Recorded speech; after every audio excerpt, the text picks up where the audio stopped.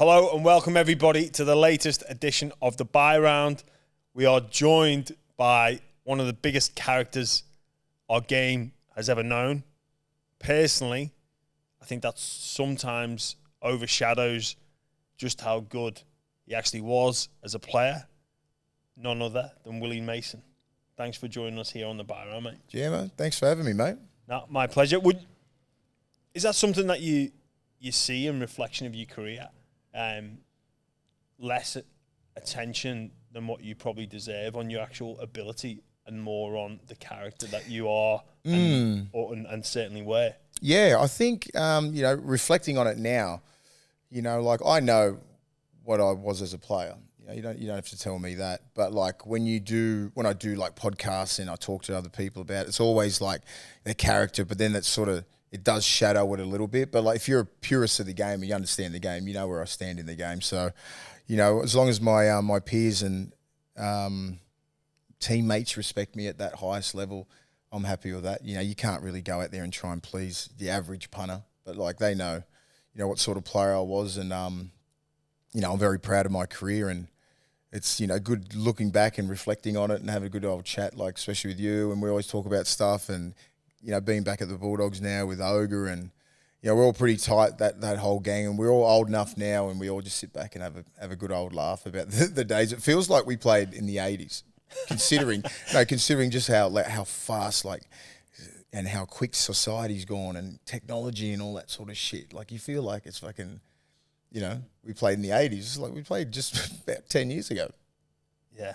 I was just going to say, I was just thinking, going back to when you played, and you say it feels like the 80s. Yeah.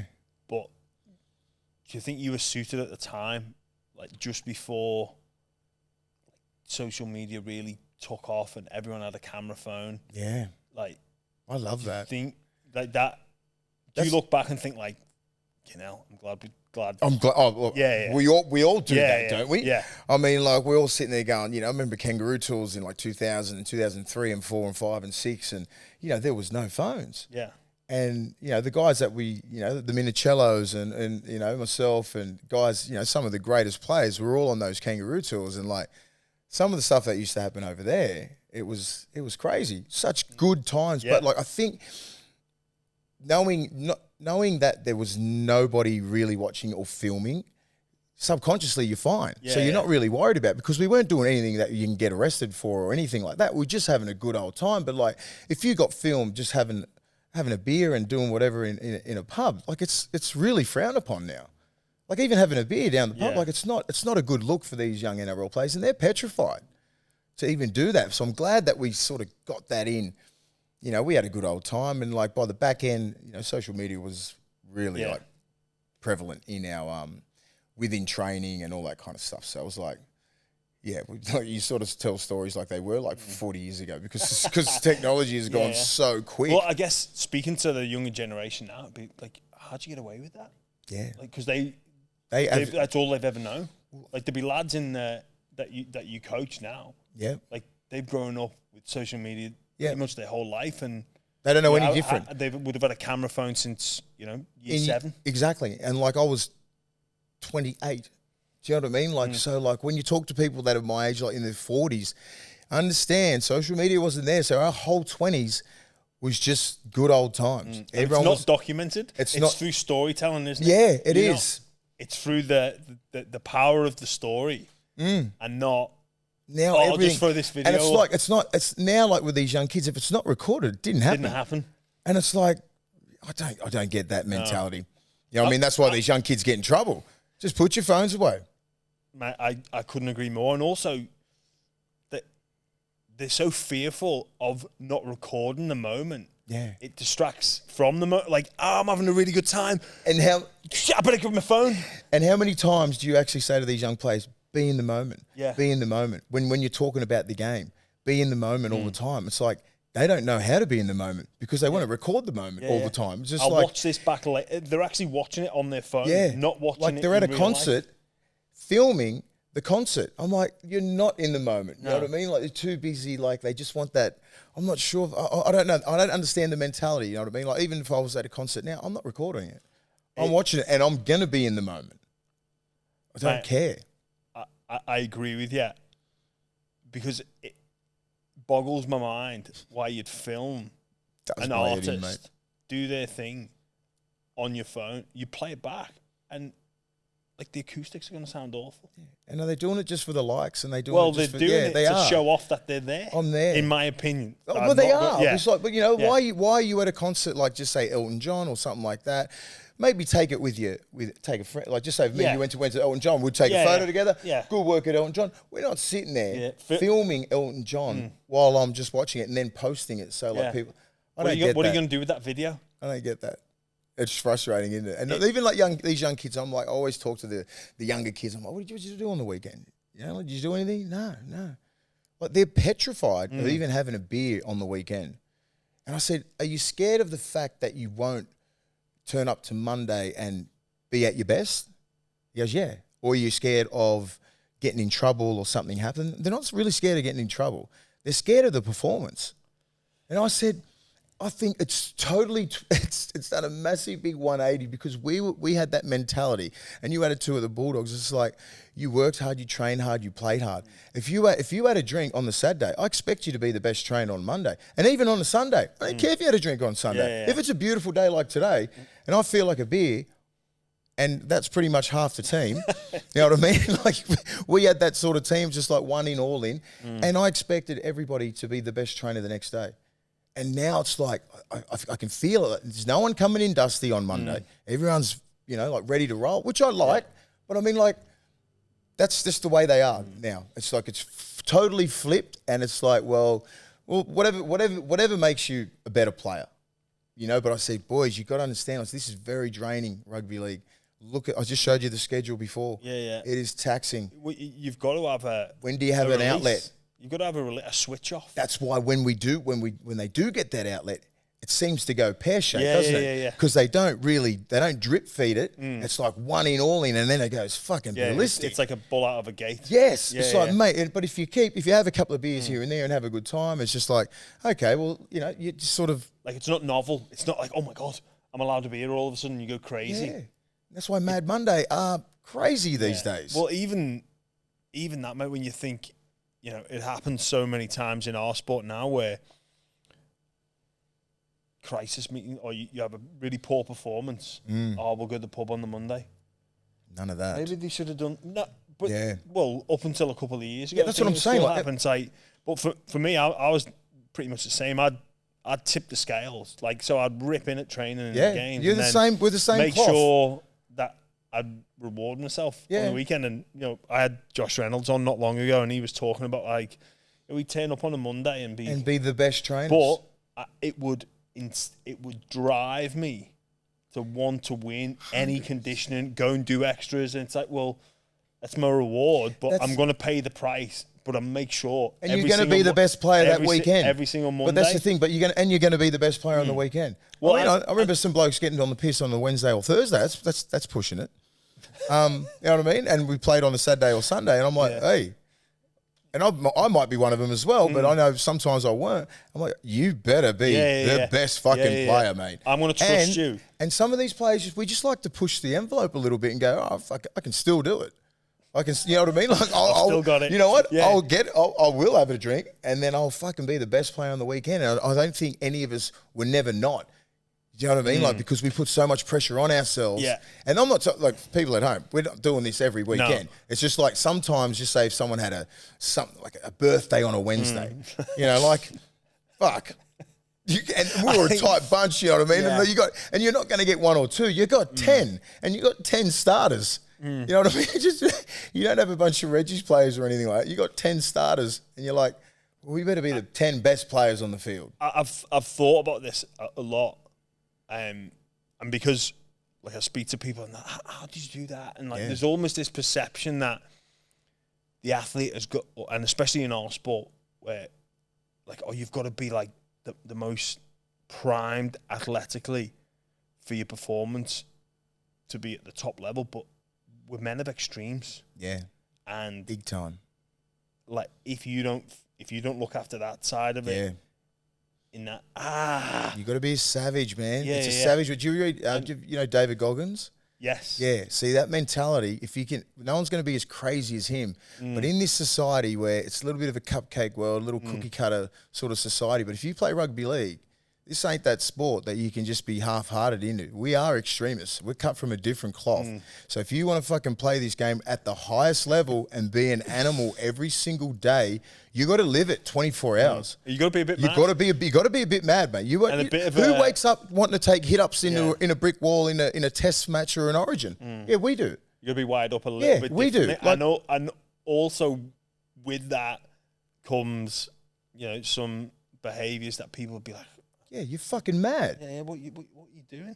You talk like us to a normal person. They're like, fucking, what's wrong with you, mate? You know what I mean? But like, we love that sort of shit. In the clink. Yeah. Like, in the clinic, getting your head fixed. That's why I try and tell these young kids now, these young kids, I'm like, you got to adapt that sort of attitude. And you've got to enjoy it as well. Yeah, you got to love it. Love it and enjoy it. And I think there's a time and a place where that enjoyment needs to be had, because if you're not enjoying it, it becomes too much like a job. It becomes too much like hard work, and it's a burden. And then that's when you get when it's not fun, man. Yeah, that's when it's not fun.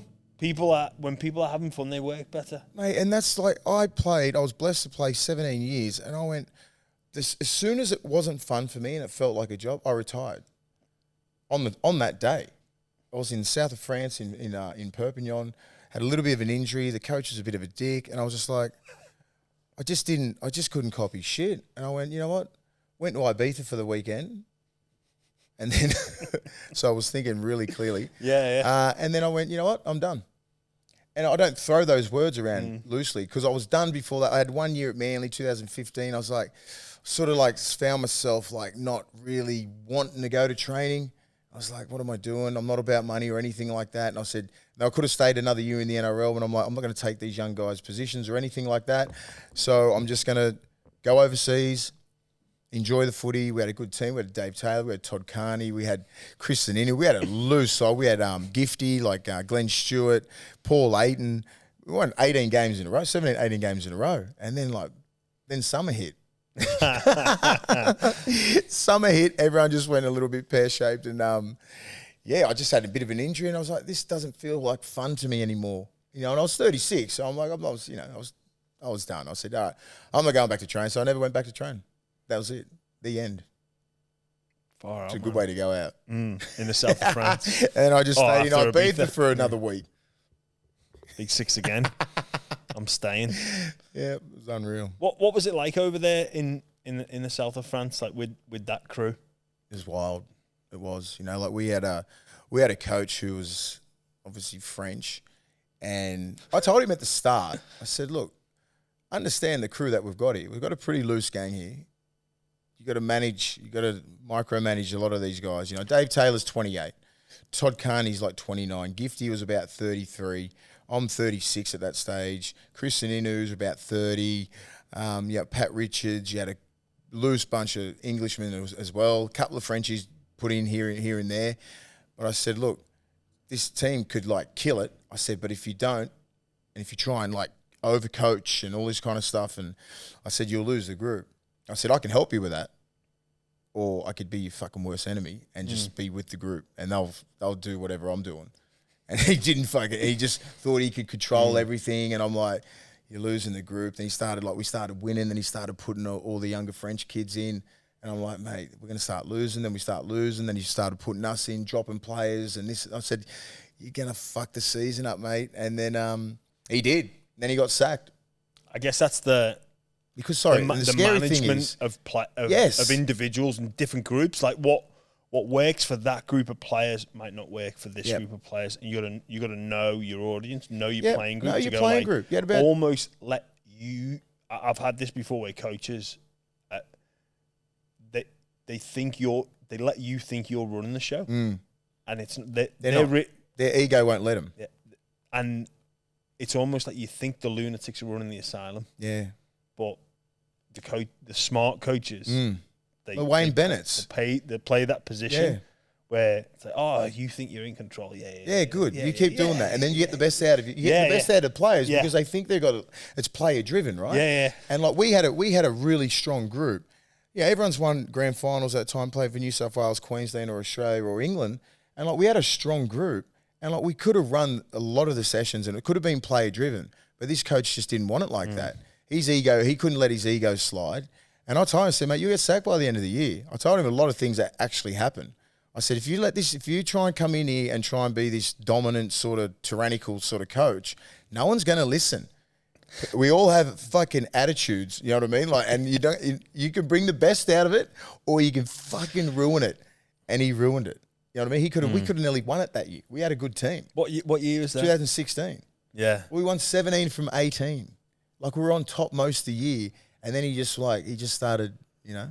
He's like, don't drink you're not drinking in the Rue de la Soie, which is the street of thirst. And like we all lived there. And like, so we're like, fuck it, we just catch a train to Barcelona. So he's like, and he thought he was in control there because we weren't around that. We weren't around there. So we're in Barcelona for 2 days, like about 12 starters. You know what I mean? Like you've been to Perpignan. During the summer, they start putting all these marquees up. So we're living right on the water there. So within every 200 meters, there's like these big cabanas, which is a day club with music, and like it was crazy. So during the year, like I think about, just say, don't quote me, like people from Perpignan, 200,000 people, like just say during the year live in Perpignan. In the summer, it goes to nearly 1 million people. So you understand that? Yeah. Like, and they all go to where we were living. So we finished training, and like you wouldn't know which cabana we were in. We had this one guy, and it was called No Dose, and like we were in there like nearly every day. Like I'm not talking like 1 or 2, I'm talking like 13 or 14. And he never knew where we were. This could be a Monday, Tuesday, because every day over there is like a Saturday. So it was fun. It was a good way to end the career anyway. Oh God, that crew would have been it was a good crew. Quite the group to try and assert some authority over, I guess. But yeah, you could try, but have the group help you, like because you had a lot of senior players like Gifty and myself. Like, you know, we've been in leadership groups and stuff like that our whole career. Like you could have asked for help, and we could have easily, you know. You had a Todd Carney in that team and a Dave Taylor. Yeah. Good luck. That's a good crew, mate. Yeah. Hey, we'll come back to a little bit of your career and stuff in a bit, but just tell us about what you're up to at the moment with the YKTR podcast and doing some work there and also at the Bulldogs as well. But first on the podcast front, how did that come about? Well, I was sort of like, when I retired, I was like, that was nearly grooming me, like when I was playing like Fox Sports and Channel 9, all that kind of stuff. And I sort of just didn't really fit that sort of mold where they just wanted like a shock jock bullshit. I don't want that, you know what I mean? Like I didn't want to be that sort of ex-player that comes out and then bags clubs and bags players and all that kind of stuff. Like I really despise that as a player when I hear ex-players just bagging players. I just hate it. And I knew they were sort of trying to mould me into that, and I didn't like it. So I sort of went, you know what, I don't really need that. Then the whole podcast world started coming up. Joe Rogan started killing this. I was like, this sounds a little bit more like my sort of style. Yeah. A bit more of a conversation, you know, not, you know, like structured, a whole like Channel 9 footy show or a Fox Sports 360, all that kind of stuff. It's quite structured, isn't it? Yeah. You know, they do control the narrative. They try and do all that kind of stuff. And I thought podcast could be my go. And so I started my own sort of one, and YKTR were doing their own thing, but they were mainly sort of clothing. They were doing apparel. And then so Justin Horrow started doing his, the scope, you know what I mean? Like he started doing that. And this was about 3 years ago, right? And I was his first guest. And I played with Hoz 2015 and 16, so Manly, and then 2016. And then I retired, and then he was still going. Then he come back about 2018, started trying to do that. And I went on there like once, his first one, and then started doing mine. And I don't do anything for money or anything like that. I just want my opinion out there. You know, there's a lot of, like as I said, like they try and control the narrative, the Daily Telegraph, 360, all that kind of stuff. They always try and do. But now, like, you got these podcasts, you got people with opinions, and we can control our own narrative, which is great. You know, like, especially the current player. Now, like, just say when we were playing in the 2000s, whatever the Telegraph said, that was the gospel. Yeah. You know what I mean? Like, and if whatever they put on that page, the Herald or anything like that, you had no leg to stand on. Whatever they wanted to put on there. So that's the perception of you straight away. Then it sort of got into social media, and that's where players can really control their own narrative and like have their own image and all that kind of stuff, which is great. And I think it's all power to players. But like, so the last sort of 6 months, you know, Hoz said, come on and try and finish the year last year. And we just sort of hit it off because he was honing his skills as a podcaster and getting better. And I was doing my own thing, getting better at mine. And then we just sort of like come together and like we just hit it off. We just got really good synergy. And and I've known him since he was a young kid. And like, you know, he's really improved his game. And so have I on the podcast sort of end. And it just seems like a match made. Yeah. It's pretty good. So you're on so weekly there? Yeah, weekly, yeah. So we're going to try and do that and do some other things like, you know, I'd like you to come on as a guest and try and sort of be a bit more diverse with, you know, get more Aussie athletes on.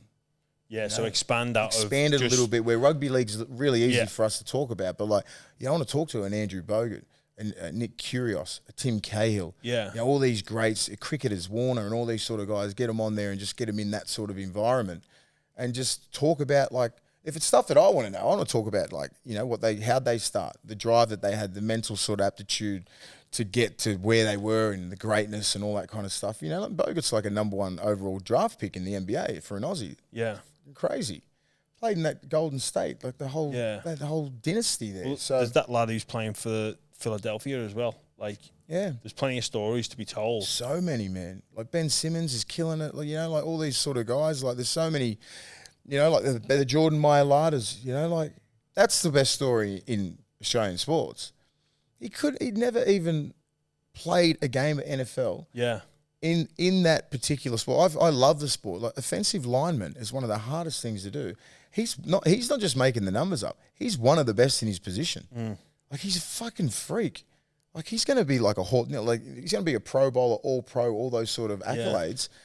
And he's like his third proper year. Now he's in the Super Bowl, the kid. He's a Bulldogs junior, South junior. Was just too big for league and went, you know what, I'll try NFL.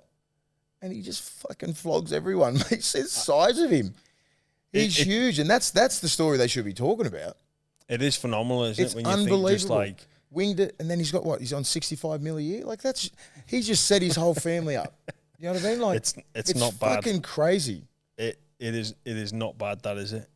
So yeah, you're going to look to expand on that. And I'm assuming you just like that freedom to say whatever you want. If it's 2 minutes of chat, it's 2 minutes of chat. If it's 2 hours, it's 2 hours. It's 2 hours. Yeah, we just wing it. Yeah. Like we are now. You'll have a few little points here. Yeah. Hoz does that, and then I just go in there. Like I understand. I know what's going on. I watch a lot of shit, but I try and form my own opinion on a lot of things. I don't try and watch any of the shows and go, all right, I'm going to say exactly what he's saying. Yeah. Because obviously being an ex-player, there's a different, we see it different than how. But did you much prep in terms of like, okay, this is an issue, say, I don't know, this team is underperforming or this coach is under pressure or this issue's happening in the game. You like, how much thought do you put into those? Fair bit. So were you... Like today, on the Monday, we'll sit down and we'll talk about what we want to talk about on Tuesday. Yeah.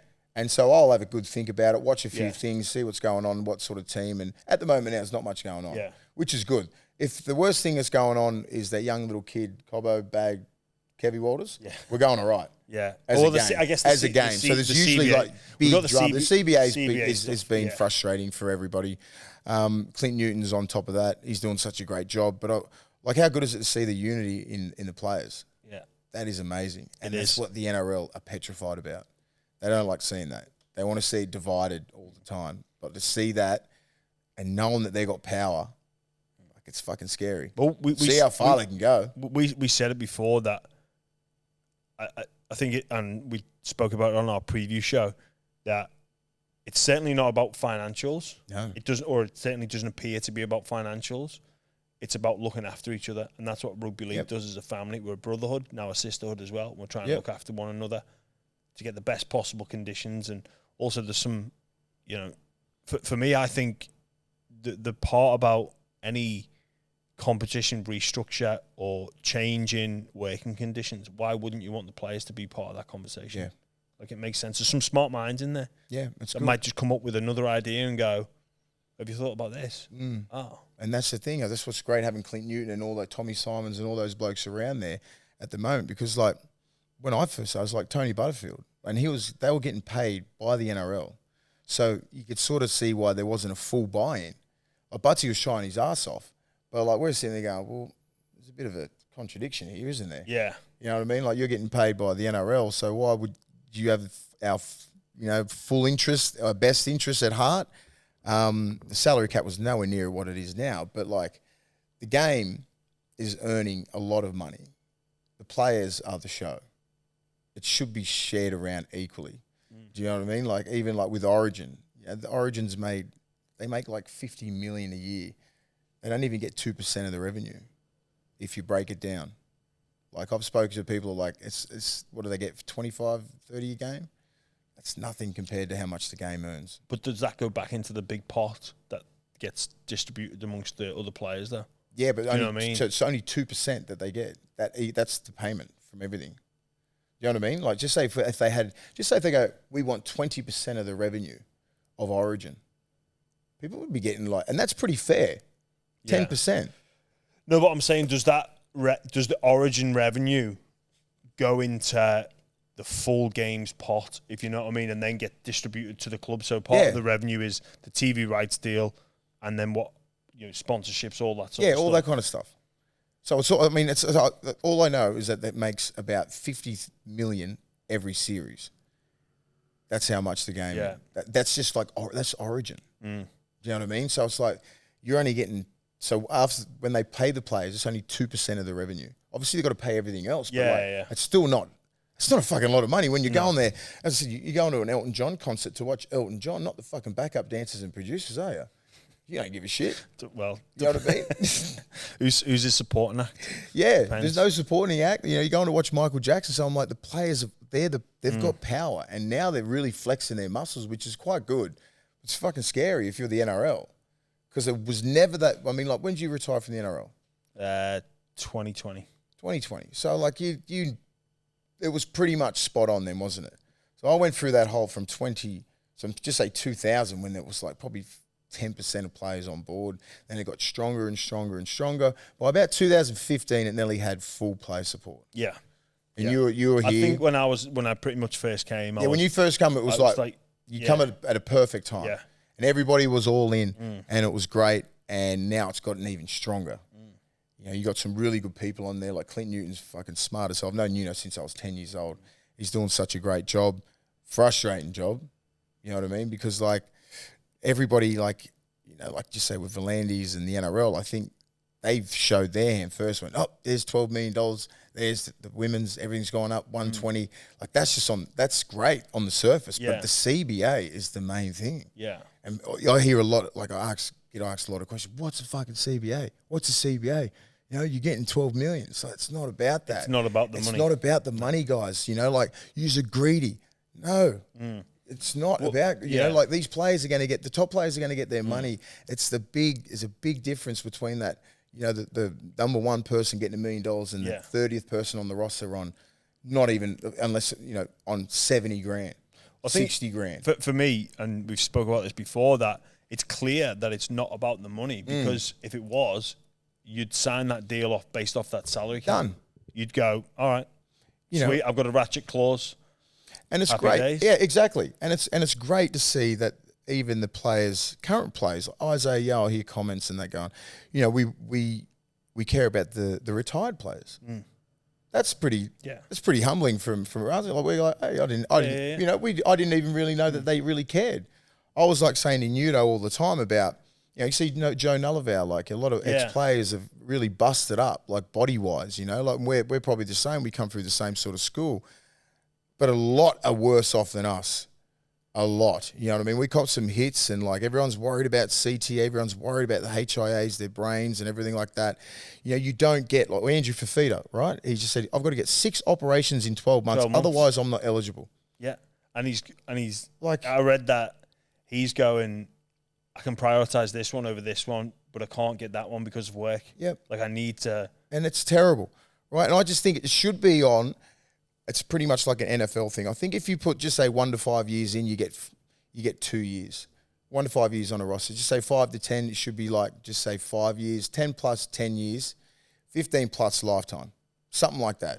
If you put in over 10 years or 15 years, you get a lifetime, because it doesn't make sense when Cam Smith puts in 17, 18 years and he retires, and then some other kids that only put in 3 years, he gets the exact same insurance, health insurance as a guy like that. Well, you put your body through everything. I put my body through everything. I had 17 years. And regardless if you played sometime, like 8 years in England and 8 years over here, it's a fucking lot of games, mate. You end up playing over 500 games, Gemma. Yeah. That is a lot of collisions. Well, yeah. One of the things I'm advocating for is an annual brain, body, and mind checkup to be made available. Yeah, I think they've started doing it with the testing. Like I get it, so every 4 or 5 years. Yeah. There's a guy called Andrew, so he's getting paid from the NRL to do all these testing. Yeah. Have you heard of him? Yes, I do. Yeah, but I think. But I know what you're saying. It should be more. It should be more. It should be more, because we've got. So I'm going to get his name. I think the former players have earned it, and they need a place to go. Like as a game, Andrew Gardner. Yeah. So Andrew Gardner's doing some good things, and like a lot of my couple of mates, I'm not even going to name them. I said, look, they're getting migraines, they're getting headaches, they're getting stuff that they weren't getting like when they were playing. This in the last couple of years. They've only been recently retired. Bad migraines, can't leave the house, shit like that. And I'm like, fuck. And I said, here's his number, get it down. Now he's moved, because he was in Newcastle, now he's in Randwick. So like if you're in Sydney, if you're an ex-player, if you got any sort of worries about your head, go see him. I saw him in 2014. I saw him in 2019. Just because you worry about that. Sometimes, like we're getting older and stuff like that. It's old age as well. When you start forgetting shit and you're like, fuck, you get real frustrated with yourself. I do as well. And I'm like, my testing was better in 2019 than it was in 2014. So that's it's just relief. And it's like, it gives you that sort of confidence. Go, okay, well, all right, give me some exercise. So I'm non-stop doing exercises, trying to like grow your brain, all this kind of stuff. Like there's so many things that you can do to, your brain is a muscle, right? And it's like, you want big arms, you're going to just do arm curls, aren't you? Because you want your brain to be strong, and like you got to feed it. Yeah.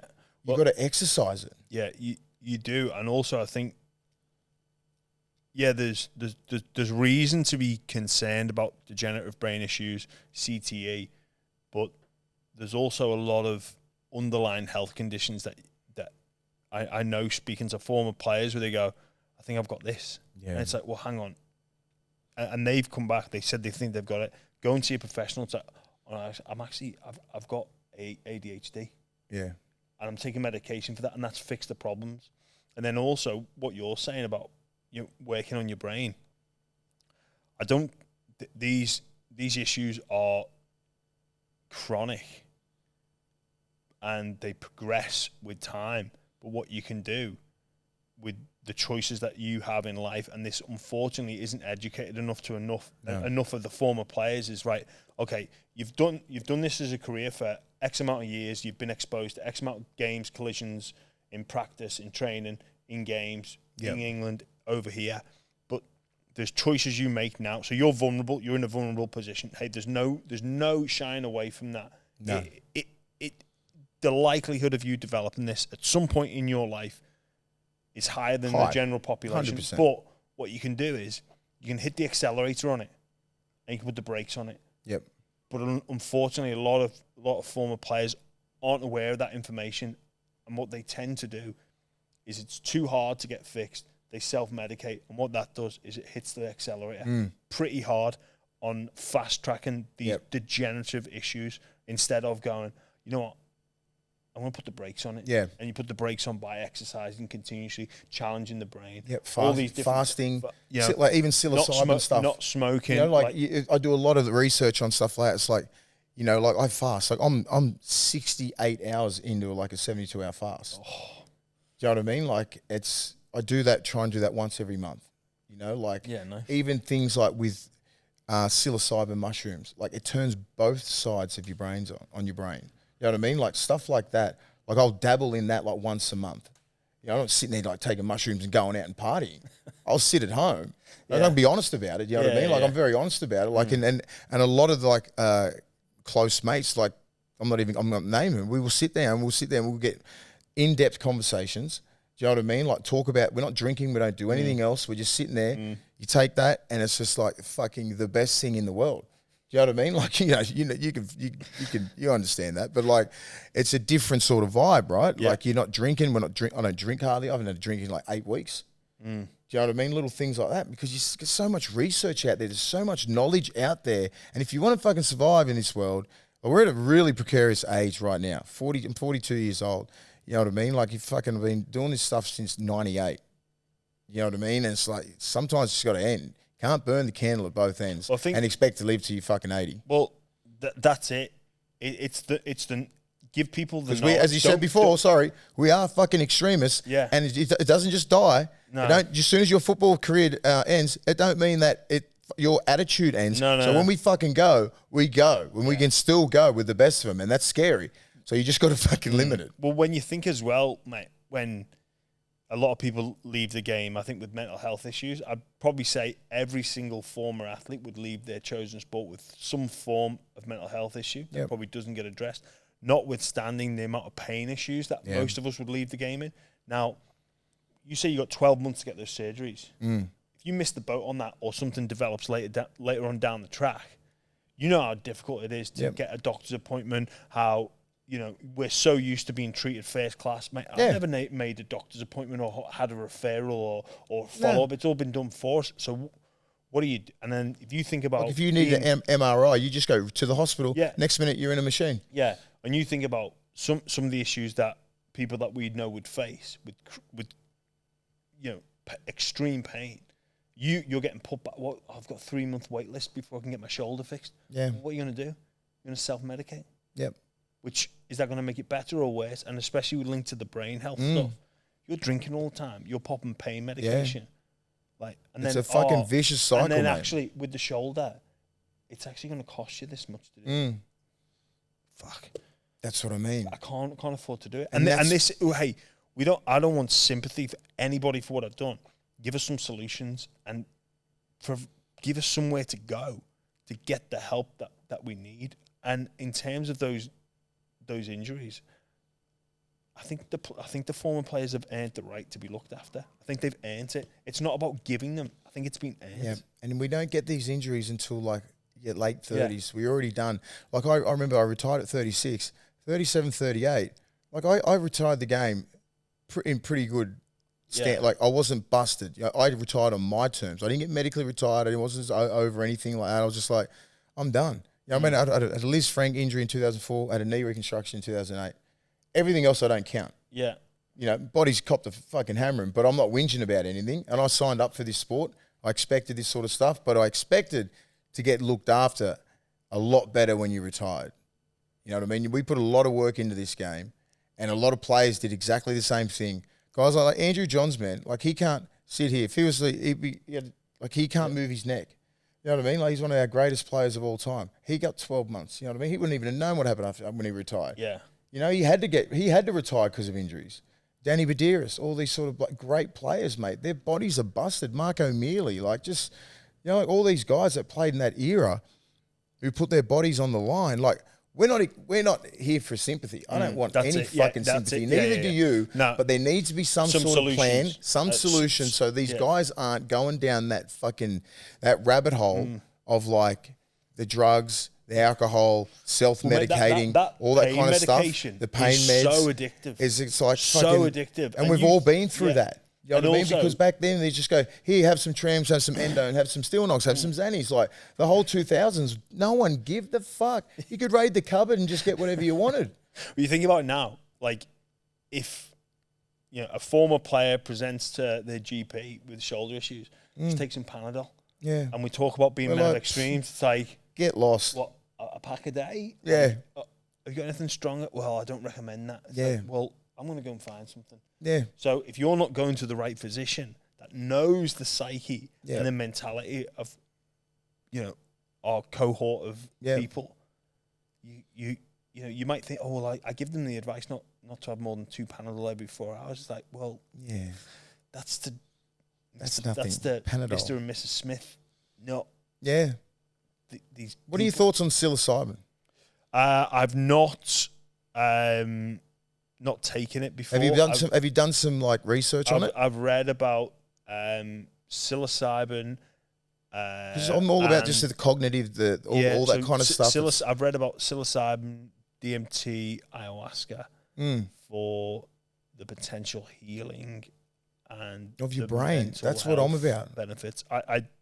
I do take medicinal cannabis. Yeah, how's that for you? Most evenings, it's amazing. Yeah, Joey Johns. Yeah, swears on it. It does have a THC element as well. So it's got the, I think it's called like the psychoactive component. Yeah. So there is a feeling there. Yeah, I got the medicated THC as well. Yeah. I took too much one time. It just fucked me. I didn't know, and I was in a meeting, and this is the first, because I don't smoke weed or anything like that, and it was the first time, so I got, because we fit the description to get medicated THC. Yeah. So I was like, all right, we'll see how we go. I had a very important meeting in the city, right? So you have it in the day as well? Well, I didn't. I just thought I had like two drops, like full drops, and it didn't, like, I was like, yeah, I feel great. I feel fine, nothing. And then when I was in the meeting, I couldn't even move.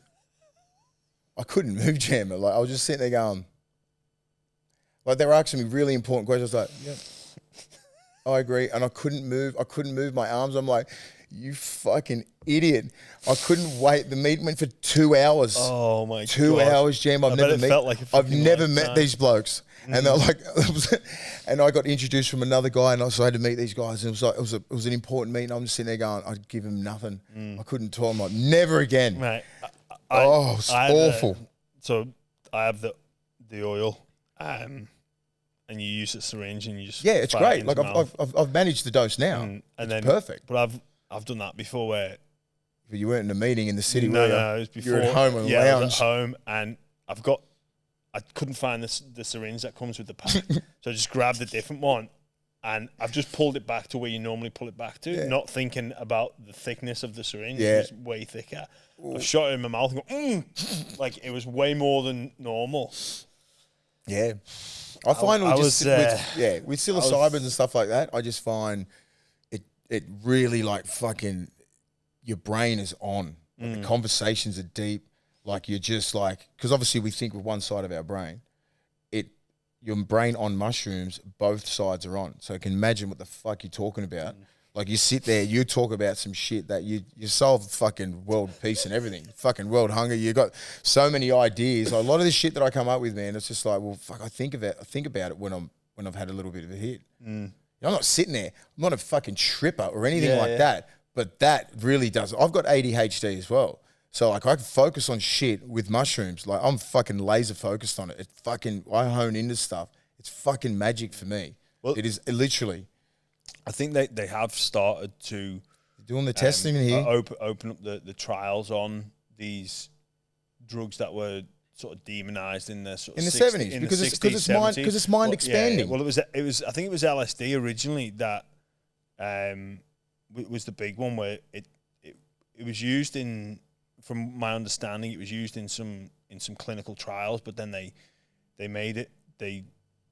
put it into a different category because the hippie movement in the sort of 60s and 70s. Everyone started thinking for themselves and started these rights like, and all that kind of stuff. We can't have this going out, but now that they have commissioned some research with psilocybin, DMT, like depression and all that kind of stuff. You know, like it's like especially with ADHD, they try and do it with that. That's why, like, I'm clinically diagnosed with that.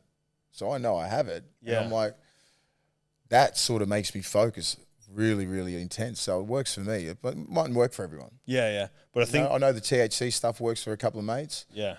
They can really relax and like, you know, they don't get that edge anymore. Like they don't really no one's really drinking as much as we used to. No one's really partying that much. Everyone's sort of on a different vibe now, which is great because you can't keep doing what we're doing. No, I think with the THC stuff as well, like, you know, in years gone by, you'd have to go to Amsterdam to get it, but now you look across the globe. You know, you go to Canada, California.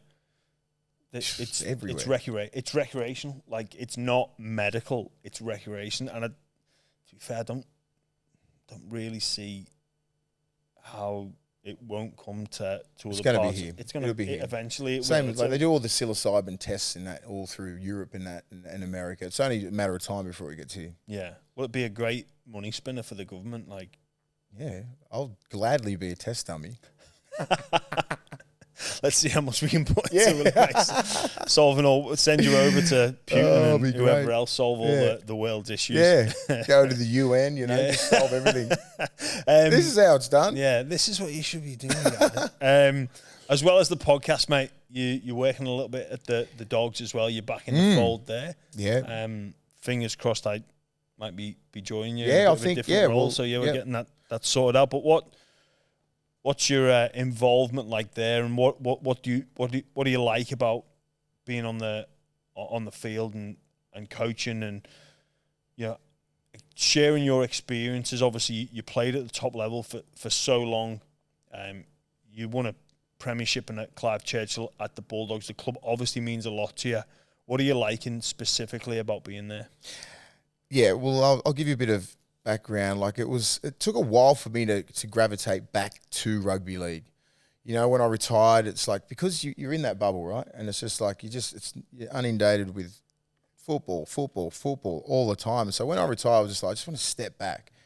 I think maybe some ex-players, they rush into it too much. They go straight back into it. And it's just like, they don't learn to live, like go do some traveling. Like just expand your mind a little bit. Don't just fucking sit in this little bit of a, like this coaching stuff or being part of a club, because that's easy for you. It's easy for me to be back at the club and doing what I'm doing now. But I wanted a little bit of time to myself and just to relax. And I was always going to gravitate back to rugby league and back to the Bulldogs, because I got so much to give on and off the field.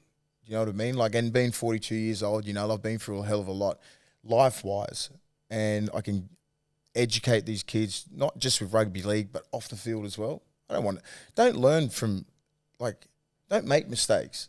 Like, just learn from other people's mistakes. That's what I say. Like, it's just little things like that. And, like having Gus back there, having Ciro there, Bobcat's there, Ogre's there, Shifty comes in, Roy Asatasi's there.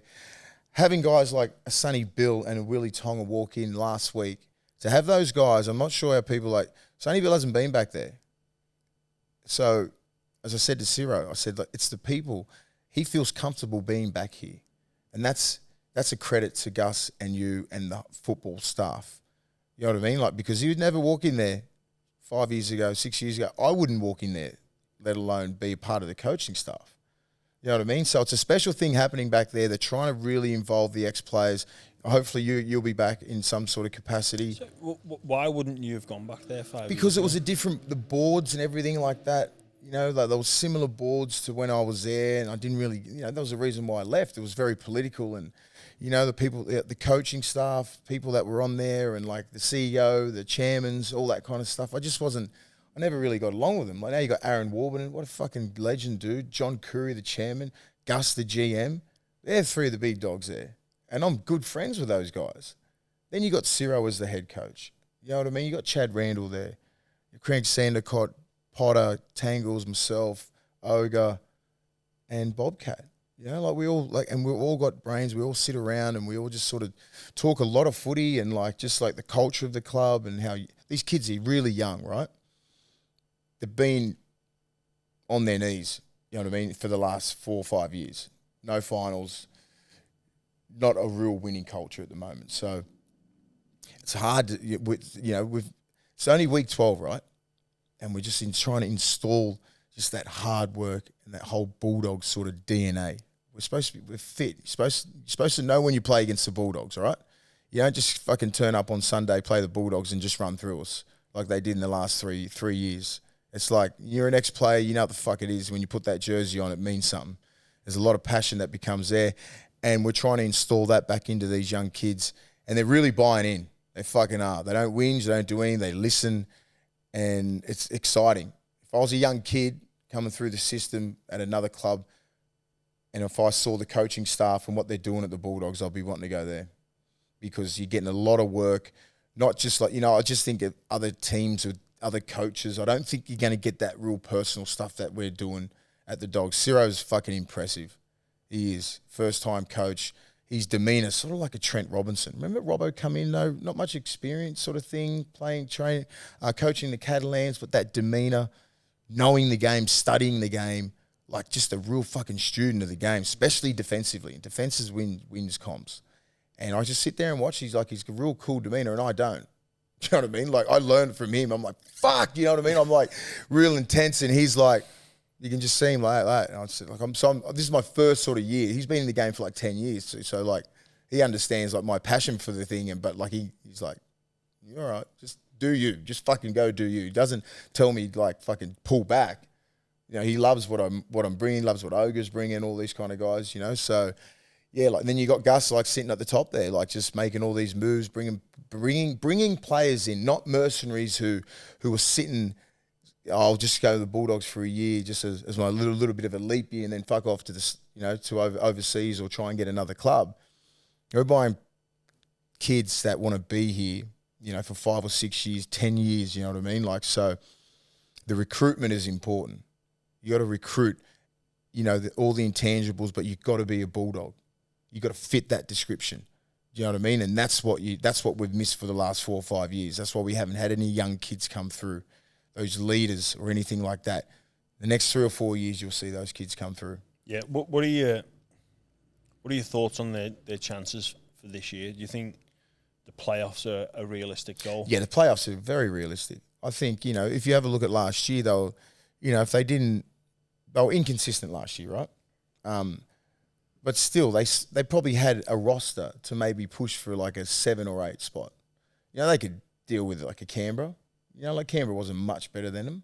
You know, neither was Brisbane. You know, so if they had strung about 3 or 4 good games together, they would have probably been in the fight towards the end. You know, but they went for that little bit of, they was like, what, they were 2 from 10. You know what I mean? They won against, a really bad you know, start. That's a really bad start. That's what ruined it? them. You know, and that's a confidence thing, right? You know, like in the last, just say with Penrith, 3 years, they've won, 68, 70 games in 3 years. The Bulldogs have won 16. So there's obviously a mentality there, isn't it? Yeah. And winning is contagious, and so is losing. So just to try and combat that, get that winning mentality back at the Bulldogs, and it's they've got to really work hard, and they're working really hard. But what they're really they're chomping it just to play. Do you know what I mean? That's when you get that reward. It's like, you know, like where there's a bit of a trust thing. They have to trust us. We have to trust them. You know, because understand there's been 3 coaches in 4 years. There's been player turnover. There's been there's different CEOs and chairmen. So there's been a real fucking shit show, to be honest. Now there's stability from top to bottom. Now we need performance.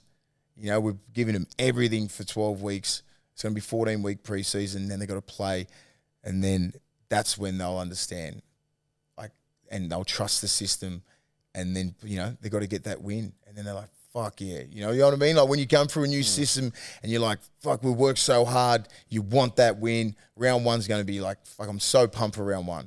It's going to be a Brookie, a Manly, you know what I mean? It's always a fucking grudge game that. Saturday, you know what I mean? Like, and I'm pumped for that because I just want to see these kids reap the rewards of how hard they've worked. Yeah. And these young kids have really worked hard. And I'm not saying like Manly hasn't worked hard or anyone else. Manly hasn't been in the position that we've been in. They've been in the finals for the last 3 or 4 years. You know, so I think as well that hard work, but then you throw in some quality acquisitions as well.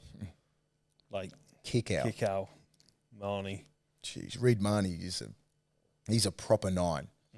You know, like no disrespect to Marshall King. Marshall King's a 5'8" sort of half. Yeah. He's a makeshift 9. He's a 9 now, but Marnie doesn't know anything different but playing 9. Kickow's the best left side back rower in the world, probably for the last 3 or 4 years. Just his movements and just the culture that he's come from, the system that he's come from. You know, like he's going to get the best out of Pangai's and like the Luke Thompsons and the Suttons. Ryan Sutton's a great acquisition as well. He's a proper dog. Like he just fucking rips in as hard as he can. Does the dirty stuff. All the stuff that you don't. You need that dude. The overwhelming majority of the viewers wouldn't see or appreciate. The inside pressure, the hunting, you know, like making them play a little bit earlier, fucking cleaning up and all the little dirty work. You need that sort of guy. He's the type of guy that could really complement those powerful guys like Pangai, like Raymond. Like Thompson, and you do your thing. Yeah. And Ryan Sutton will look after and the rest. Play, they just need that real pack mentality with the Bulldogs. Like that's you had that, we had that. We all played as a pack. It was a real brotherhood there, especially with the difference. The backs can do what they want. The forwards run the show. We always do. You can always go back to every try, and you can blame the middle, can't you? Why didn't you put inside pressure? Why didn't you make the 7 play earlier? Why didn't you fucking, be square it? Why'd you come off the line sidewards at A? And all these little things, you can always go back to a fuck up from the middles. And that's why, Ogres, they're on there. We're always we're pretty, we're pretty harsh on the middles. I want them to move quicker. I want them, they can always be better, because when you're in that washing machine in the middle, everything's all beautiful at training when we're doing all fucking what happens when Taumalolo just blows your ruck? You know what I mean? And then someone else goes, and you just got to fucking hold the fort. And it's like, mate, and it's going to happen. It's not all pretty. And you just got to fucking make do. And then your technique goes out the window, and it's just all heart and just fucking determination. And how you withstand that. Because it's going to happen where it's not just it's not a training drill. No. It's like, this is real life now. And you can't train for that. No. You just got to understand that it's going to happen. It's just how you react to it. Sometimes, just say last year when they scored a try, they'd usually score 2 or 3 tries. So that's resilience. And that's just being confident in your defensive systems. They've got a defensive system. It's probably one of the best in the comp. Look at Ciro, what he's done. That's his system out at Penrith. Yeah. So we've, obviously we got different cattle here, and we've implemented the same. I'm not sure if it's the same, but same sort of principles and everything like that. Some things are black and white. There's no grey. So when it's black and white, when you have to do it, that means accountability comes in, right? So when there's grey area, did I have to go right? No, I didn't. Yeah, no, you fucking go right. You know what I mean? That's our system. That's the system. And if you go against the system, you won't be in the team. And I'm going to want to know why. Yeah. And you won't have an explanation. No, this is we've learned it for the last 13, 14 weeks, and you still went the other way. That's a lazy option. So, back when you were playing at the Dogs, did you have much systems, or was it just on the ability? I know we spoke about the team running itself. You spoke about the crew that you ran with. How much was it system, or how much was it just we back ourselves? We got the belief we're better than you. You're not gonna come through us. Yep. Our forwards are gonna lay the platform, intimidate, bully. We're gonna win the game before we're even on there.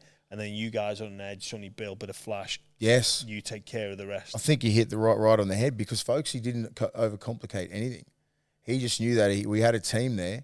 We had highly skilled players in different positions all over the field.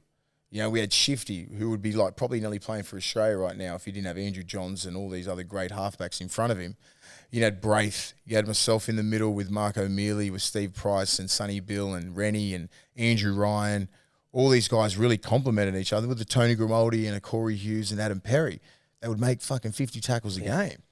You know what I mean? So, there wasn't much structure at all. It was just all folks he had, just say when we're doing video, all he'd be pissed off at is if he'd press pause, and if you weren't pushed up and in the photo and in the picture, he'd be furious at that, because every play was a play. Yeah. Which made you accountable. He'd be filthy on you if you were back half a metre and you weren't hitting that hole. So it made you just you had to push up on every play. So we had some really good players there that could tip the ball on. You know what I mean? Sonny Bill had skills like a halfback. So did Roy Ogo, myself. We could all pass the ball. So and then you had guys like Matt Utai in general, and, we just had a really well-balanced side. But as you said, we were so confident in our ability and to win that physical battle in the middle. And we weren't scared of fucking anyone. And we'd take every team on. And this is Penrith were great. Roosters were great. The Warriors were great. So it's really, really good forward packs back then. And it was just dog eat dog. And we were just we'd lose some, we'd win some, but you'd know that you fucking played against us. Going back to that, fuck, I didn't care. You might win 16-12 and might go down to the 75th minute, and we're not getting dusted by 50. No. We're going to be in the game. And most of the time, if you put that jersey on, and if we lost, I'll be we fucking lost the game. That was our attitude. It's no, you didn't beat us. We beat ourselves. You know what I mean? And even though maybe they were better than us, but that was our attitude. We honestly didn't put that jersey on once and thinking we're going to fucking lose. I'm like, oh, we're going to get beat by Penrith. Fuck no. Yeah. I'm a bit worried. No, because I'm looking around at everyone and going, everyone had that attitude. It was like a killer attitude. I'm like, everyone was a savage. Everyone was a leader in their own right. You're looking at fucking Ogre rubbing Danker in his head before 2 minutes, and I'm like, this kid's he'll die for that team. Yeah. You know what I mean? When you got blokes like that, you've got Sonny Bill standing in the corner not saying much, Roy Asatasi not saying much. You got me in the middle. You got Corey Hughes. You got Rennie. You know, like you just had leaders, like really strong personalities as well. Even like the Tony Grimaldis. Like he was a fucking great leader without. We needed Lobby because he settled guys like me down. You know what I mean? He could sort of like, mate, hey, just chill a little bit. Because Lobby was a little bit older. And I always had respect for my elders. I'm like, oh, sorry, Lobby, sorry. Just settle down. I'm like, hey, fuck. You know, like, so we had just a really good mix of like fucking, and the age too. You know, like Pricey was like 28, we're like 23. So it was like, fuck, we never hung out with Pricey because he was always like our father figure, pretty much. You know, and like, you know, Bobcat, you know, real even keel sort of bloke, you know, like, but he was our leader because he led by example. Like, we're fucking, but we had leaders within that team. You know, they had Ogie, had myself and Sonny at different rights. Braith, Shifty, like, you know, like. Roy Asatasi was a good player. Roy. As well. Like, he fucking outstanding. Mate, he was. He fucking changed the game, mate. Very, the footwork, very good player. Footwork, and I like, admired him a lot. And you got to admire his work ethic because like when he was coming through the system, his hands weren't the best. You know what I mean? Physically, awesome, fit, strong, footwork, had everything. Skill set was high. He wasn't the biggest bloke in the world either, was he? But then he just worked his ass off on skills. Developed a pass. You know what I mean? Like, never dropped the ball. Like, you know, he really, like, that one preseason from 2001 heading into 2002, they sort of like, they were going, we don't know about this kid. Really? With the ball, fucking, like, when he was winding up, fucking, he'd be splitting reserve grade in half. But it was like, sometimes you drop a ball in a crucial position.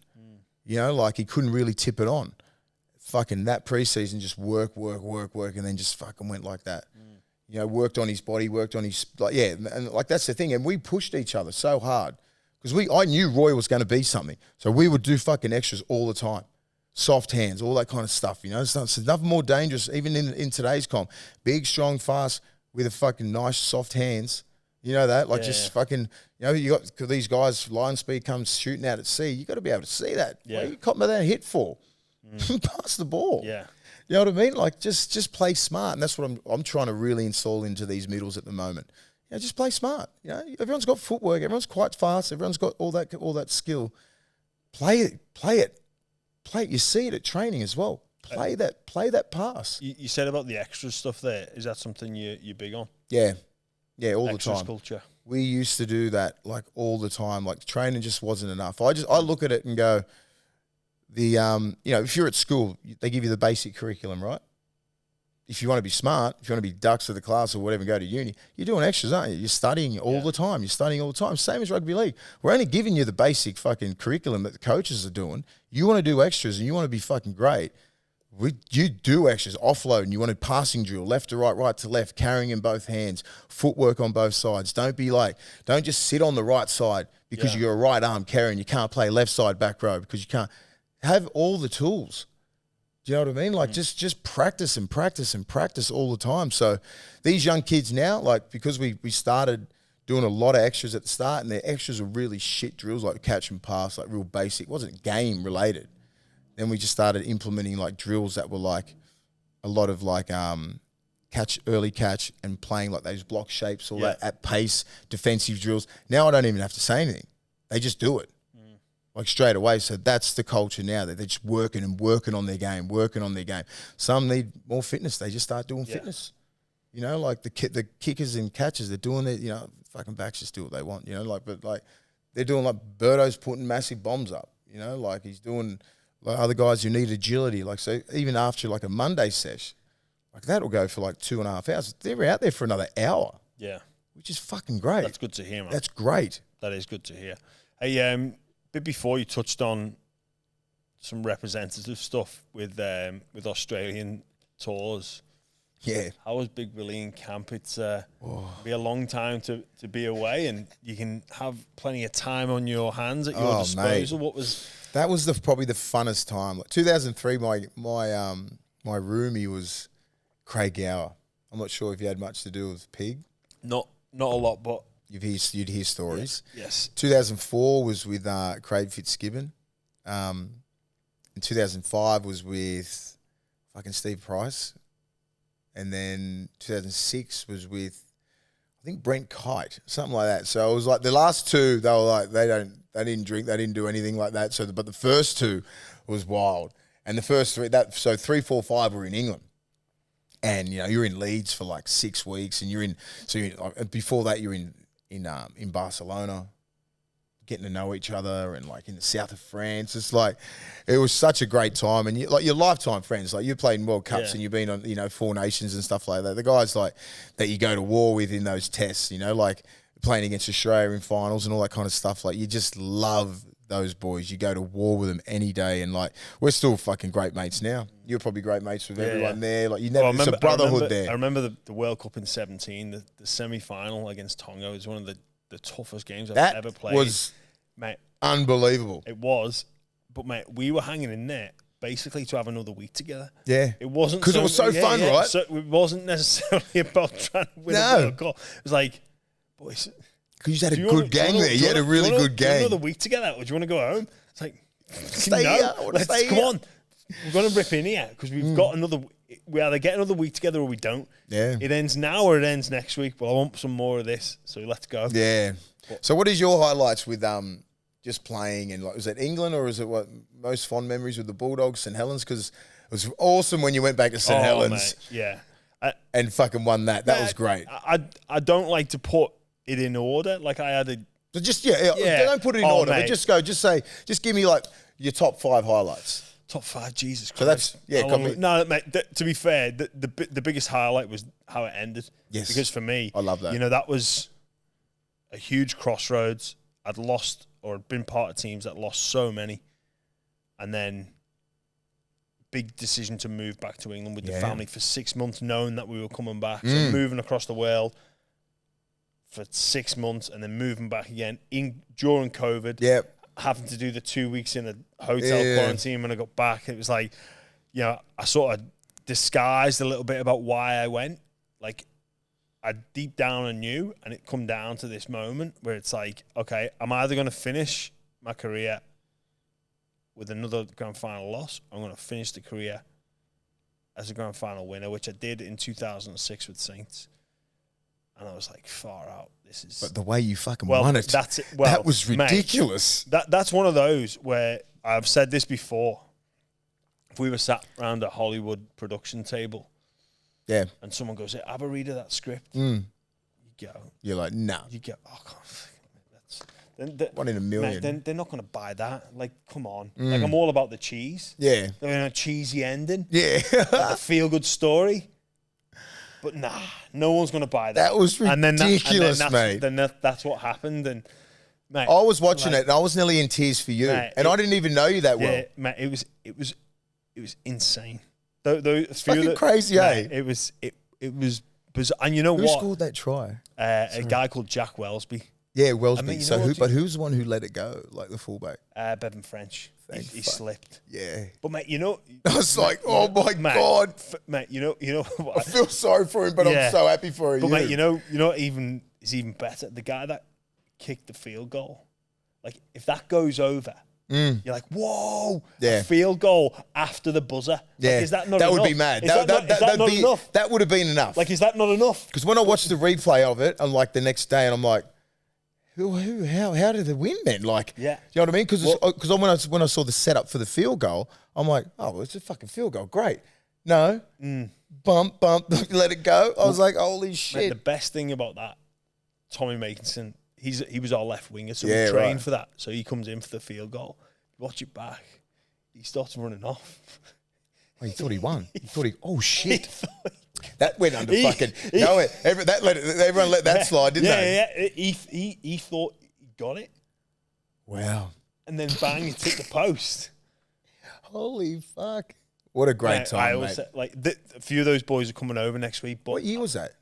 2020. 2020. I was saying to him, like, can you imagine how much that boot would have been worth if you'd have kicked that field goal? Ooh. The after the buzzer field goal. Yeah. Win the grand final, get St. Wiggins a huge. And that started the whole like they haven't lost then. They'd won 2 before that. They won that. It's like 4 in a row, 5 in a row. They've won 4 in a row, and they're playing Penrith in like 2 weeks. So I'm pumped for that. How do you reckon they'll go? It'll be tough. Penrith at Penrith's going to be hard, but yeah. mate, my heart says Saints can do. Yeah, but like I think Saints have always been a good club, man. They're solid as hell. They've been really good. How many games you end up playing? All up 500 with internationals. Just everything, all accumulated. Yeah, I think you fucking had like 300 before you got over here or something. Weren't you? Yeah, there was a lot. And you play like 100 something here, and then like tests. Well, mate, the thing, like, people ask that. It's like, well, what else was I going to do? Exactly. Say no. Yeah. Like, I'm not going to sit. Exactly. Like, no, I don't feel like playing. It's just like it was fun.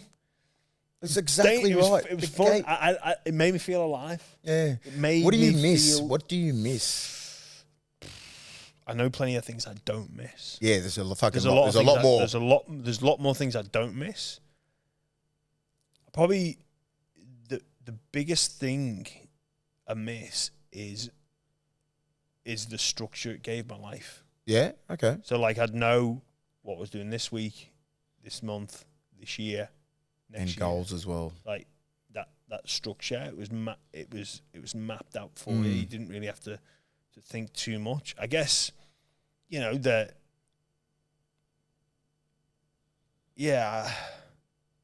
because you're a very passionate person before games, right? Do you miss just that? Because I'm just thinking fucking when you're just walking out ready to go to war with your boys. That's it. And that like you want to fucking kill someone. That bit.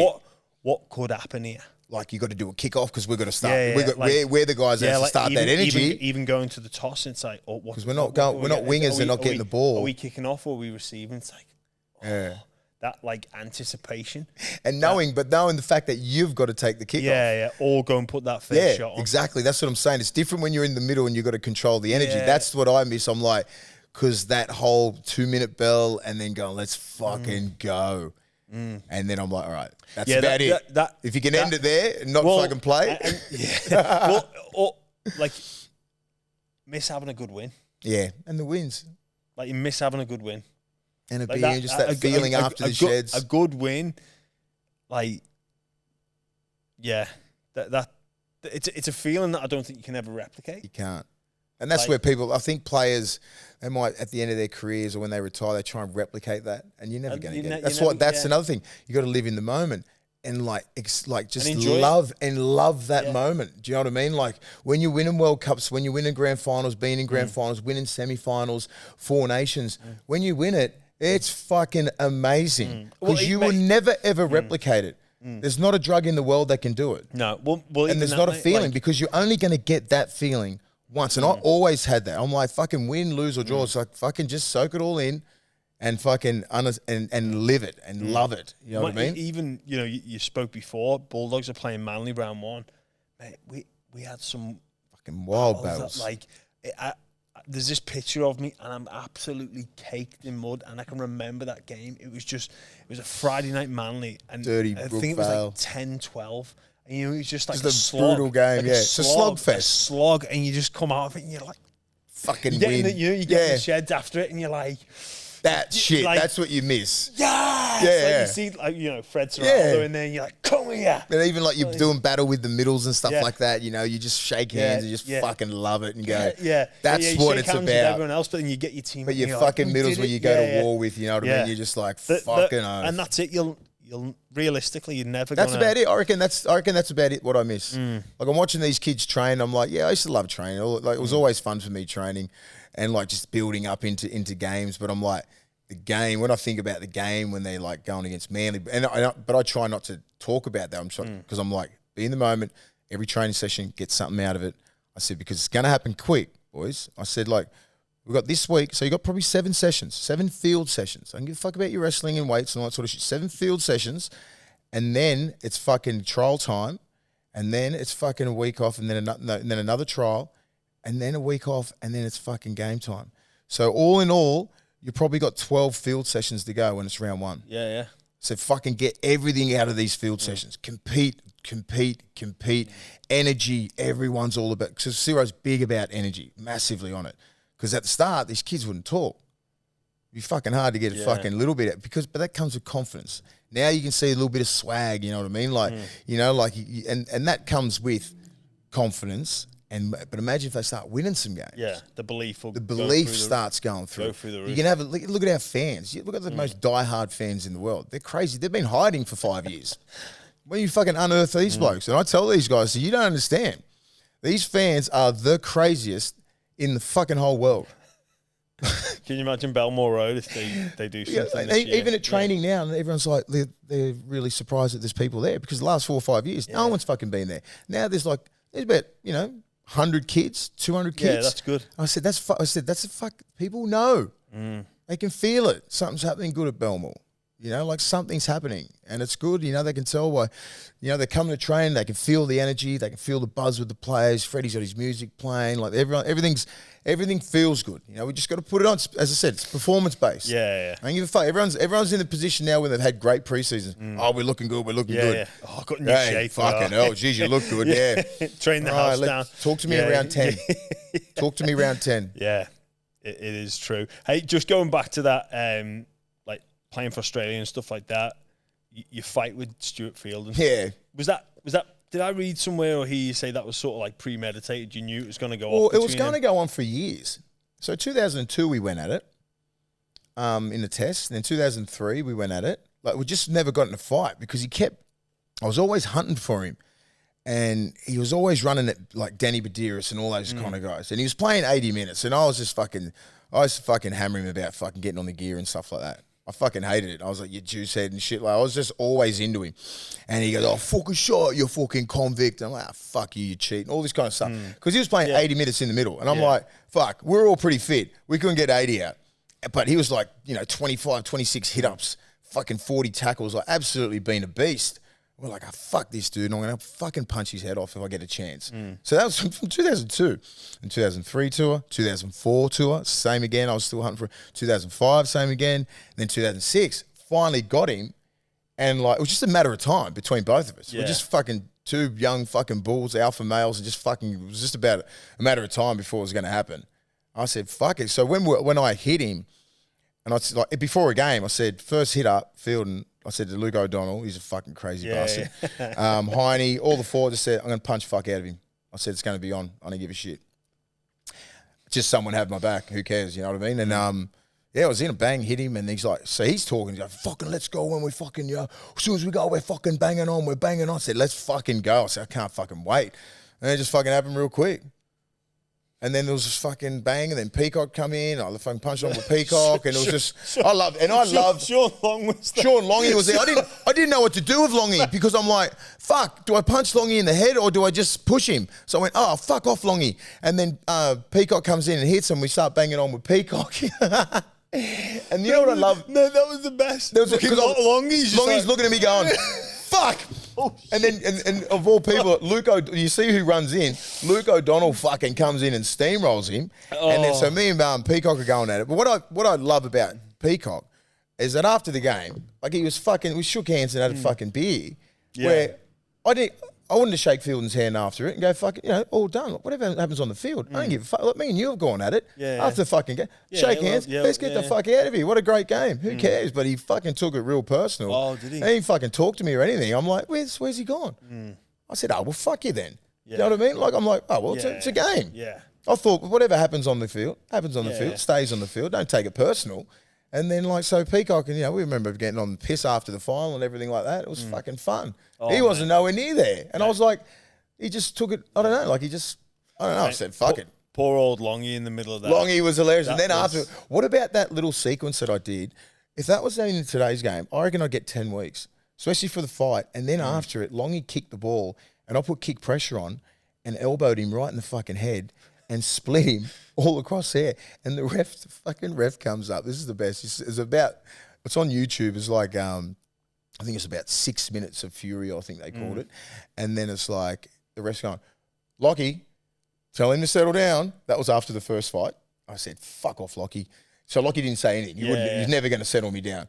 And he didn't want to. You know what I mean? He goes, he didn't even say a word to me. And then I hit Longy, and it was fucking. I didn't mean to elbow Longy. I didn't mean to elbow you in the head. He just ducked and just like hit him here. And he goes, Willie, you got to settle down. I'll send you for 10. I'm like, fucking out, mate. You're fucking off. I would have been off. Yeah. Especially because it's contact with the head with an elbow, which I didn't mean. It was sort of like that. It wasn't cocked or anything like that. But I just look at that and go, holy shit. And it's only, that's 15 years ago? 16 years ago? Something like that. So it was 06, yeah. Wasn't it? Yeah. And I was just like, and then like, you hear Gus like commentating, go, he deserved what he got. You know what I mean? And now it's like, you're just the whole narrative of like, fighting and all that kind of stuff. But tests back then were fucking great. And England were fucking good. Yeah, they were good then. You know what I mean? Like in 2003. Remember 2003 when we got you 3-0, but we could have easily got beaten 3-0. That was over in the Ashes, England, wasn't it? Yes. Yeah. Where fucking Moz got sent off in quicker send-off and hit Bobby K, Robbie Kearns, elbow straight in the head. And so I was sitting on the bench. I was only 22. It was me, Petro, I think Big Jason Stevens maybe. And we're like, holy fuck. We're playing at fucking... Wiggins ground. Yes. Yeah, JGB. Jam-packed. And like the fans were amazing. Fucking best ever. The fans are crazy there. Anyway, so he got sent. And then it was like, they had like, you had Andy Farrell, you had like... Schoolthorpe, all the big OGs, like they were, and they were at their pinnacle as well. They were at their best, and we only just won in the last 3 or 4 minutes of every game. We scored, like when it was like 16-14. And like they were leading or we were winning, and we just got it like every game. We could have easily got beat 3-0. Yeah, it was. They were the most fucking brutal games I've nearly ever played in. Mate, that was Great Britain. Yeah, I'd love to see those Ashes tests come back and Why aren't they coming back? They're like, fucking great. There was supposed to be one. Sorry, they haven't played that since 03. There was supposed to be an Ashes series in 2019 or something like that? Before COVID? Before COVID. Yeah, right. It was 2020. They need to bring that back because they're brilliant. Did you ever play for Great Britain? Yeah, I played for Great Britain. So but who against? France or something? Kiwis, all right. Yeah, Kiwis. But you need that Australian one, but that's the best. The stoke that rivalry up again. That's the best rivalry. I know New Zealand's fucking great, but I mean like that fucking Great Britain Australia. That's test because they're all, like me growing up watching Kangaroo Tours, watching Bradley Clyde. Remember when he got elbowed by that fucking little cheeky halfback?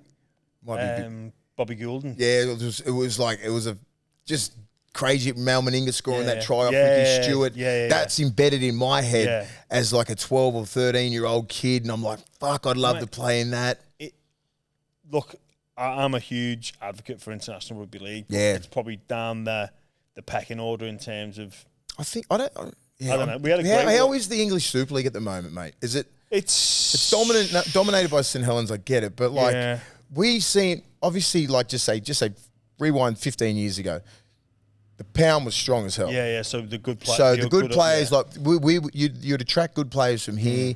Now it's like you're probably attracting the lesser players. You're not really going to get those players that are like nearly at the top of their game. And back then, mate, not many English players came. No, that's what I'm saying. So once Sammy Burgess come and started dominating, then you come. Moz was the first one in 2000. Yeah, I remember playing against him. He was crazy. Like now, Gareth Ellis. Did Gareth Ellis come before? Yeah, he came just before Sam. I think so, or maybe about. Yeah, I think so. 2008, he was here. Yeah. So Sam come 2009 or 10. I think 10. Yeah, he came and then 10, you come about 12. Yeah. So and then you three were dominating, but you were dominating. So that's the thing. Like Moz was dominating here, and then he went, and then it took a while. So I think he took off in 2005. Yeah, mate. Then he went back to Leeds. Then he went back to Warrington, and he's played another 10 years or something like that. I think now, like, it's great. So the Aussies used to go after like established British players. Yeah. But now they're going after. Look at Dominic Young. Dominic Young, Will Price, Kai Pearce-Paul. They've signed for Newcastle. But that's the thing. It's like, but then it diminishes from the Super League, right? Super League. So it's in a funny predicament where, and I'd love young players coming out here and playing their trade. Young Hodgson's brother, young Hodgson's nephew or cousin is playing at Newcastle as well. I'm all for it, but I'm worried about the competition. But they've just had a company called IMG, which have looked after. I think they did some work with UFC, and they definitely did work with the darts as well. Where the darts is huge in England. Huge, I loved it. I love it. Like huge. So the idea is that they're going to really look to grow the sport. I hope so, man. Because like we can't just rely on the NRL. No. And mate, going back to it, like, mate, though, like GB v Australia or England v Australia test series would be amazing. Like as a fan, like it would sell out. It would sell out easy. Like, especially if we had it in England or Australia, it doesn't matter. Yeah. Like, you're seeing Great Britain. It's not like, you know what I mean? Like, England's always stronger, but you're going to get, it's just but it's I a wonder different now, vibe. like, if the charm has gone, like you say, you watched it as a kid growing up. Like, now. Yeah, I don't think they are. Would that same... No, I don't think so. Probably not. But you know, like, maybe those young kids, like like just say Suoli'i or, you know, like Victor Radley, maybe they or Cam Murray watched that 2003 Kangaroo Tour. Yeah. You know, there has to be someone like, or maybe they're even younger. So it would be that. You know, I don't think it's gone totally. I just think we just need the game just needs to get that started. Yeah, get it back. Especially like there's no more World Cup for another 3 years. We've got to put a Four Nations or just or just an Ashes and let it have a Pacific Cup and let Australia and fucking Great Britain go at it. Mate, the sad thing is, we've just had a World Cup. We know there's a World Cup in France in 2025. For the next 3 years, there's no plan. No, and that's the terrible thing. Everyone's like, "Oh, we need to jump on the back of it." They're all yes. As soon as it's over, they're done. Mate, there's no international fixtures for the next 3 years that are locked in. That are locked in. You know, they're going to wait till like halfway through the year and go, "Oh, we've got a Four Nations." Yeah, we'll do a tour of this. Like, you got to understand the Pacific. The Pacificers are killing it. Yeah, they need to have their own. I think Tonga, Samoa, Fiji, and even New Zealand can have a Four Nations. Well, mate, there's no mid-season test. There's no rep round. Mate, I used to love playing like that Anzac test against New Zealand. I played in like 7 of them in a row. That was fucking amazing. Like, because you knew, like, just say if you're like, you know, if you to even make that. Well, my first test was against Great Britain in 2002. Remember, I got picked after Origin. I didn't play Origin. I got straight into a test team. I was 21 years old. I was like fucking scared as fuck. But like, it's awesome. Yeah. It was a fucking highlight of my career easily. And then the next year, like, it was the Anzac test 3, 4, 5, 6, 7, 8. You know what I mean? Like, and that was huge because you knew that you were in the top 17 best players pretty much nearly in the world if you're making those Australian teams. Yeah. So it gives you a good gauge of where you are. Now it's like you got to have a fucking whole, and it gives you, and incentivizes a young kid who might be able to just come out of nowhere and he gets picked in it, like a Reuben Cotter. I reckon he would have got picked in it this year. I know he got picked in the end but like, just say if you pick from round 1 to round 10, or just say after Origin, you're gonna get a kid who'll come out of nowhere, especially in an Origin arena. I think probably it's on the clubs to sacrifice a little bit, and there's a little bit of risk involved in terms of releasing the players to test match football mid-year and at the end. And I get it, but and I know for a fact, like, there was like years just before, like, Samoa and Tonga were real strong powerhouses, a lot of the coaches wouldn't want them to go and play for the second tier. Exactly, yeah. So they'll let you go for England, New Zealand, and Australia. But now you got pretty much, you know, 65% of rosters are Polynesian. Yeah. Do you know what I mean? So now, like, the coaches need to understand, you know, you got Fijians as well, like Fijian, Tonga, Samoa, New Guinea, you know what I mean? Australia, New Zealand, England. Like, there's a fucking enough there. There's a comp there. There's enough there. There's enough there for a strong international competition. And even Lebanon in the next World Cup, I reckon, will be a lot better. Well, mate, it's something that I wonder who. I'm in the same boat as you. I wonder who runs it. Yeah, I don't know. Fucking NRL should just run it. I don't know, like World Rugby. I mean, like, it's just World Rugby League, IRL, isn't it? International Rugby League. Like, who sits on these boards? Like, it just needs a big reshuffle. Yeah. They need some real fucking young minds. Some planning. They need some young minds on there. Like, just they're probably fucking our age who understand the game. Like, instead of these old blokes who never played the game, just sit on there and just fucking make all these decisions and fuck the game up. That's what it is. Like, come on, man. Get Volandis to run it. He fucking gets shit done. He would. You need to get him on here, Volandis. Well, we're trying, Peter. I'm trying to get him on the YKTR. Mate, look, he's a fucking knockabout bloke, man. That's it. He's just a knockabout bloke. And you know what we talked before about, the situation with the CBA. Like, I think our games administrators are good. Yeah, like, we've got it very good when you compare it to other sports. We've got it very good. And obviously they're into battle for the NRL. And I want to know why they're sort of holding off on the CBA. What are we actually asking for? Do you know? Well, I've got an idea. What are we asking for? But I don't know what the hold up is. Yeah, exactly. I want to know what we're asking for and why can it not be resolved before fucking round one? It's obviously way more there must be stuff going on, because every time I've spoke to people about it, it seems pretty simple. But it's obviously not. It's obviously not. Yeah. There's obviously something going on there where, it's weird, yeah. So I was just thinking, it should be done by now. I mean, like, I like it how he put it up to 12 mil. The women are up. The minimum wage is up. All those things that we want to see, yeah, good. But, like, what is Clint Newton and the RLPA asking for? I really want to know that. That the NRL don't want to give. Yes. Yeah. That's strange. Interesting. It's like what could be this outrageous that it's like, what are we asking for? 15 mil on the cap? No. We're happy with 12. Is it like, it's got to be something with the TV deal. When it goes up, there's got to be a percentage to the player. I think it's something like that.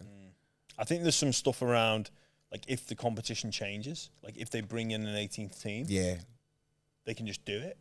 Where they don't. I think the players are asking for say. Yeah. If you make changes, even things like around rule changes. That's it. If you make a rule change, you need to come to us and see. We've got you need to get the yes. So just say with the NBA and the NFL, they've got so much power over there, and same as the MLB, you've got to go to their Players Association before any rule changes. Because you need the yes. I think that's it, because they want full power. We're proposing this. What do you think? And the NRL's like, we make the rules. Yeah. And then the RLPA is like, no, we're the players. Yeah. And we've got full player support. So now the egos need to, like, settle down a little bit, come down, maybe take some mushrooms together, relax, and then, make a decision. Maybe that's the answer, mate. Just get Newton and Volandis in. Yeah, just here, have a dabble. Mate, we'll fucking sort it out in 2 minutes. Signed, sealed, delivered. Game done. Each week on the buy round, we ask our guests the same 3 questions. Some of them are a bit cheesy, and some of them are a bit better than others. Some of the answers are good. Some of them are a bit. If rugby league didn't exist, or you hadn't made it, what do you think you'd be doing? It's hard to say, because you learn so many skills from being a rugby league player. I'm here as a 42-year-old man, know what I'm about, I know what I stand for, and that's probably because of rugby league. I've been in that system a lot, and it just, it sort of molds you into what sort of person you are, like with leadership skills and all that kind of stuff. And if I was this sort of person as a 17-year-old, I'm not sure where I would have ended up, because I grew up in a commission house, one of 8. My old man died when I was 17, so the cards that I got dealt were pretty fucked. So my brother was in jail at that time, so I wouldn't have been far behind him, because I was like, we're best mates, and we weren't we didn't have that much going for us, living in Toronto West, and if I didn't have rugby league, it would have been very hard to go. Yeah, I would have been a architect or anything like that. I'm just being real honest. The cards we got dealt, like it was, that's why I thank rugby league for everything. I could have easily went down that other path, and I probably would have. A good honest answer, mate. Yeah. Yeah. Who's the most interesting person you've met on your journey? Probably Marco Pierre White. The chef. The chef. I did a fucking show, Hell's Kitchen. No, I'm serious. Like, he's a fucking smart human and impressive, you know what I mean? Like, he's and just his upbringing as well. Like, we really connected, like, with that show. He's just a knockabout bloke from Leeds. He's from up there. I love cooking, and I just didn't think I would get along with him that well. Like, I've been to England, and like, he puts me up in his hotels for nothing. I stay at his house. Like, it's just like, I don't know. Like, it's just a really weird relationship that I've got with him. FaceTime him. I'll ask for fucking recipes and shit like that. Like people go, because people who love cooking love Marco Pierre White. Like he's a fucking rock star in England, isn't he? Do you know what I mean? So like I've got this relationship with him. I got his number. I can call him. I go to England. I stay at his house. Yeah, we got along. I think similar upbringings. Like he lost a parent at a similar age, and that really drove him. And like we just connected on that level. Like it's a bizarre relationship. You would never think that, would you? No, I was not expecting that. And I've met some interesting characters, but that one is probably the strangest one. Do you get on the piss with him? Or? Yeah, fucking smash red wine every single night. We have a great time. What does he knock you up like to eat? Like if you stay at his house, I stay at his house, but he's got a chef. He has a chef. You're joking? Yeah, he has a chef, and he's like, and he'll critique the food when it comes out, and he doesn't. If you don't like it, he'll just flick it. Like he's a fucking proper G. Like he doesn't give a fuck. Sit there, we'll just drink wine, talk about fucking life, and like he's a fucking very, very successful man. He owns like a shitload of restaurants. He's like gives me advice on a lot of things. Like cooking advice or just life advice? Life advice. He don't give a fuck about cooking. Like he's a businessman and all that kind of stuff. Like, mate, he's a very worldly human. Like he's just, like he's a very impressive man. Like we just got along really well. And we've kept that relationship. I did that show in 2017, so I've known him for 5 years. Yeah, wow. I go to England, I'll give him a call, stay at his mansion in Bath, or I stay in the Mayfair in one of his hotels that he has, and I won't even see him. I stay in this one of his places like £1,400 a night. I stayed there for 2 weeks. I didn't even see him once. It's fucking yes. Just quick one, Marco. The room service, is that? Yeah, everything included, mate. It's fucking all in. Go for your life. Yeah, it's fucking great. Good relationship. Bizarre, isn't it? It's fucking bizarre. That's I don't know if we'll ever top that answer. No, that's brilliant. Wow.